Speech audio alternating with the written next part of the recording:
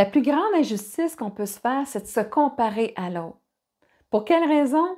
En fait, parce que ton ego établit une valeur à savoir supérieure ou inférieure à l'autre. Et ça, c'est injuste. C'est injuste. On a juste à penser que au niveau des parents, bien, souvent, on a dit, bien, mon père aimait mieux ma sœur ou ma mère aimait mieux mon frère. Et là, à ce moment-là, eh bien, des fois, c'est vrai, parce qu'il y avait plus d'affinité dans le vécu, mais l'idée là-dedans, c'est que la véritable injustice que je suis en train de me donner, c'est que de penser que l'autre était plus digne de l'amour de mon père ou de ma mère.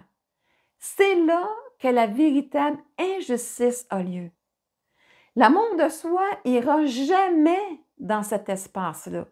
Elle va tout simplement se servir de la différence pour apprendre à se connaître, pour apprendre les affinités qu'elle a avec une personne et l'autre. Elle ne rentre pas dans une souffrance d'un manque parce qu'elle va tout simplement, exemple, si dans le sport, je ne suis pas vraiment talentueuse, bien souvent, je vais avoir l'impression de, justement, de ne pas être à la hauteur. Je suis la dernière sélectionnée, je n'ai pas de valeur. Et à ce moment-là, bien, je vais me voir justement comme quelqu'un qui n'est pas à la hauteur de la situation. Et je vais souffrir de cette situation-là au niveau de l'ego. Par contre, l'amour de soi, elle va réfléchir de façon complètement différente. Elle va dire, OK, c'est normal que je ne sois pas choisie. Moi, j'aime pas ça, ce sport-là.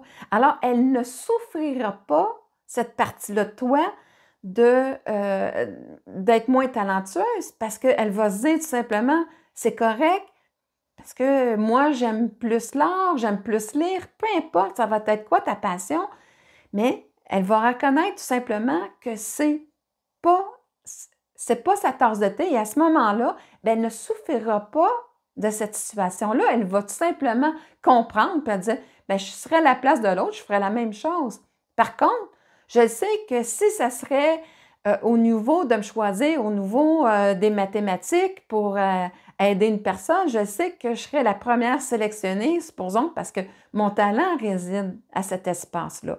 Donc, en fait, l'amour de soi ne se sert pas de la différence comme comparaison, mais beaucoup plus pour observer, à savoir qui je suis, qu'est-ce que j'aime pas. Et à ce moment-là, bien, ça me définit et je vais me déplacer à m'améliorer dans les choses qui me passionnent parce que là, je vais avoir du plaisir et je vais vouloir exceller, mais pas par rapport à une autre personne, par rapport à moi-même. Si je suis aux Olympiques et à quelque part, pour moi, je vise pour être la meilleure, c'est la première place. Non, ça, c'est vraiment l'ego. Ça ne veut pas dire que je ne peux pas le viser, mais ce que je veux viser, c'est vraiment ma meilleure performance à vie, qui pourrait me mériter la médaille d'or. Là, à ce moment-là, je suis dans la bonne place et là, je suis vraiment dans la reconnaissance d'avoir donné le meilleur de moi-même et voir qu'est-ce que ça va faire. Si je me plante, je vais juste me dire, OK, c'est pas moi, j'étais comme trop stressée et c'est tout. Et à ce moment-là, eh bien, je vais arrêter aussi de souffrir de ne pas avoir été à la hauteur, d'avoir déçu ou quoi que ce soit. Ça a été comme ça cette journée-là. J'ai laissé mes émotions embarquer et je ne me suis pas centrée à la bonne place pour vouloir tout simplement donner la meilleure performance. Je me suis inquiétée à savoir que je n'étais pas à la hauteur. Et dans cette inquiétude-là, j'ai moins bien performé. C'est vraiment ça qui est arrivé. Sinon, tu n'es pas en mesure d'apprécier la personne que tu es. Tu es toujours en train de encore garder ton image négative, de ne pas être suffisante, de ne pas être assez à la hauteur pour mériter l'amour d'une autre personne. En fait, de mériter ton amour. Parce que c'est juste un reflet que je fais sur une autre personne de mon manque d'amour par rapport à moi-même. C'est la vérité. Tu comprends que l'ego se compare, tandis que l'amour de soi, il va avec la différence et ne va pas souffrir de son manque parce qu'elle sait que qu'est-ce qui est important, c'est qu'est-ce qu'elle aime et de le développer. Donc, elle ne souffrira pas, elle ne sera pas jaloux d'un autre talent qui n'est pas le sien, mais va plutôt être content.